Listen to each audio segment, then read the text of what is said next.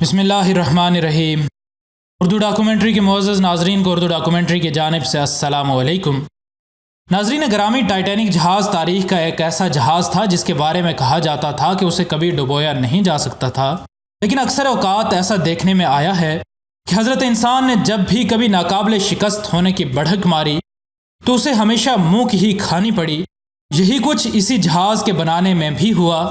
اس جہاز کے بارے میں ہم سبھی کو معلوم ہے کہ اس جہاز کے ساتھ حادثہ پیش آیا تھا اور یہ ایک آئس برگ کے ساتھ ٹکرا گیا اور پھر آج تک یہ سمندر کی گہرائیوں میں موجود اپنی قسمت کو کوسنے پر مجبور ہے۔ ٹائٹینک جہاز کے ڈوبنے کی وجہ صرف اور صرف ایک آئس برگ بتایا جاتا ہے، کیونکہ وہ آئس برگ جس کے ٹکرانے سے ٹائٹینک ڈوبا اس کی لمبائی 200 سے 400 فٹ بتائی جاتی ہے اور اس کی اونچائی 50 سے 100 فٹ کے درمیان بتائی جاتی ہے۔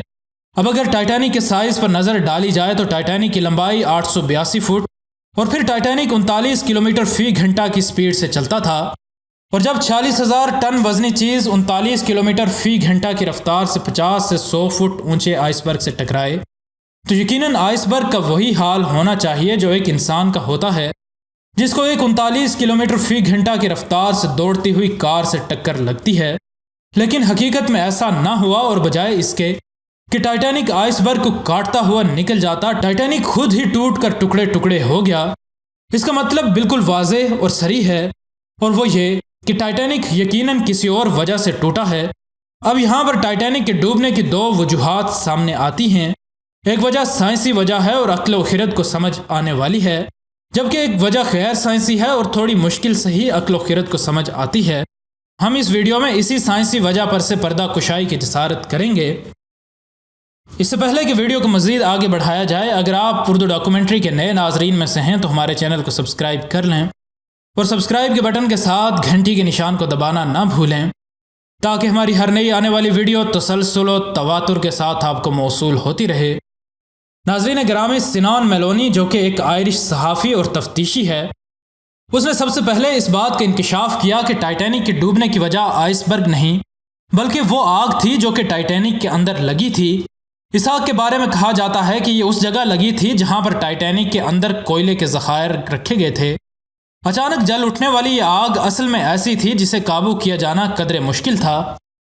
اب اس بات کو دیکھا جائے کہ اس آگ کا درجہ حرارت یقیناً کافی زیادہ ہوا ہوگا، اور پھر سنان میلونی کا کہنا ہے کہ اس آگ کی وجہ سے ٹائٹینک کے بیرونی حصے کی دھات کمزور پڑ چکی تھی، اور مٹیریل سائنس انجینئرز کا کہنا ہے کہ یہ دھات 75% تک کمزور ہو چکی تھی۔ اب سنان میلونی کو کیس کی کھوج بین کرنے کے لیے ایک سمت تو مل چکی تھی، لیکن کوئی ثبوت اس کے پاس موجود نہ تھا۔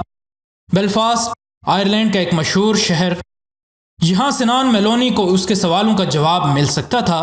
چنانچہ سنان میلونی نے بیلفاسٹ کی راہ لی۔ یہاں سنان میلونی کی ملاقات ہیرالڈ اینڈ ولف کمپنی کے چیف سے ہوئی۔ ہیرالڈ اینڈ ولف وہ کمپنی ہے جس نے ٹائٹینک جہاز کی باڈی بنائی تھی۔ اس شخص نے ایک ایسا انکشاف کیا جس سے میلونی کو یوں لگا جیسے اس کی 30 سال کی محنت رنگ لے آئی ہو، اور وہ یہ انکشاف تھا کہ اس چیف نے بولا کہ میرے پاس ٹائٹینک کی تعمیر کے دوران کی کچھ ایسی تصاویر موجود ہیں جو آج تک منظر عام پر نہ آئی، اور کمپنی اپنے کام کو دیکھنے کے لیے یہ تصاویر اتارتی رہتی تھی۔ میلونی کے لیے یہ تصاویر ایک خزانے سے کم نہ تھی، چنانچہ میلونی نے یہ تصاویر خرید لیں۔ اب ان تصاویر کو انتہائی باریک بینی سے دیکھا جانے لگا۔ میلونی کی حیرت کی انتہا نہ رہی جب اس نے دیکھا کہ ان تصاویر میں ٹائٹینک کی باڈی پر ایک 30 فٹ کا کالا نشان موجود تھا۔ اب میلونی کچھ نیول ایکسپرٹس کے پاس گیا اور ان سے پوچھا کہ آخر یہ نشان کس چیز کا تھا۔ سبھی نیول ایکسپرٹس اس بات پر حیران تھے اور کسی کے پاس بھی اس بات کا جواب موجود نہیں تھا کہ آخر یہ کالا نشان کس چیز کا تھا۔ اب میلونی کے تجسس میں مزید اضافہ ہو گیا۔ اب میلونی نے ان تمام لوگوں کے انٹرویوز دیکھنا شروع کیے جو کہ اس جہاز کے حادثے کے بعد بچ گئے تھے۔ ان سب نے یہی بات کہی کہ جہاز جب ڈوبا تو بالکل سیدھا تھا۔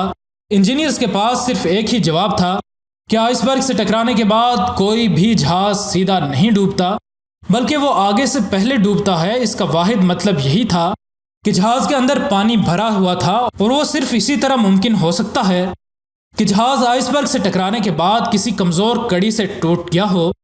اب میلونی کی حیرت کی انتہا تب نہ رہی جب اس نے دیکھا کہ ڈائیورز کی رپورٹ کے مطابق جہاز اسی جگہ سے ٹوٹنا شروع ہوا تھا جس جگہ پر یہ کالا نشان موجود ہے۔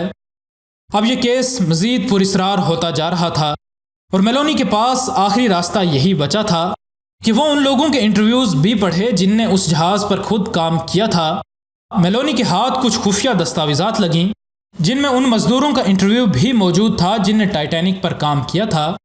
ان انٹرویوز میں بالکل واضح طور پر یہ کہا گیا تھا کہ جہاز صرف اور صرف اسی آگ کی وجہ سے ڈوبا تھا جس کی وجہ سے اس جہاز کی باہر والی دھات اتنی کمزور ہو چکی تھی کہ جب یہ جہاز آئس برگ سے ٹکرایا تو وہ کمزور حصہ جھٹکا برداشت نہ کر پایا اور اس میں دراڑیں پڑ گئیں اور یہ سمندر کے پانی نے جہاز کو تہس نہس کر دیا۔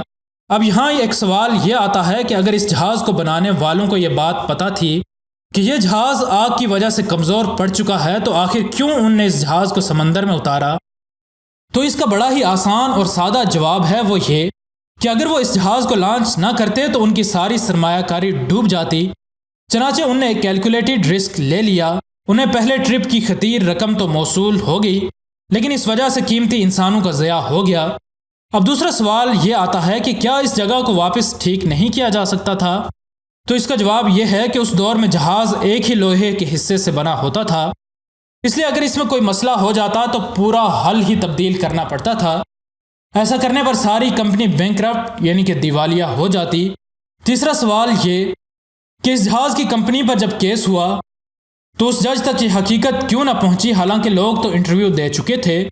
تو اس کا واحد جواب یہی ہے کہ جج نے جان بوجھ کر ان معلومات کو نظر انداز کیا اور محض آئس برگ کو ہی ٹائٹینک کے ڈوبنے کی وجہ بتائی، اور جج نے ایسا کیوں کیا وہ وجہ آپ خود سمجھ سکتے ہیں۔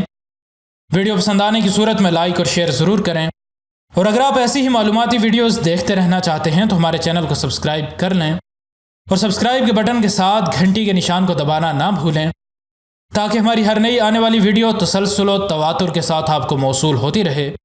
ہم ملتے ہیں آپ سے اگلی ویڈیو میں، تب تک کے لیے اپنا اور اپنے دوستوں رشتہ داروں کا بہت سا خیال رکھیے گا۔ فی امان اللہ۔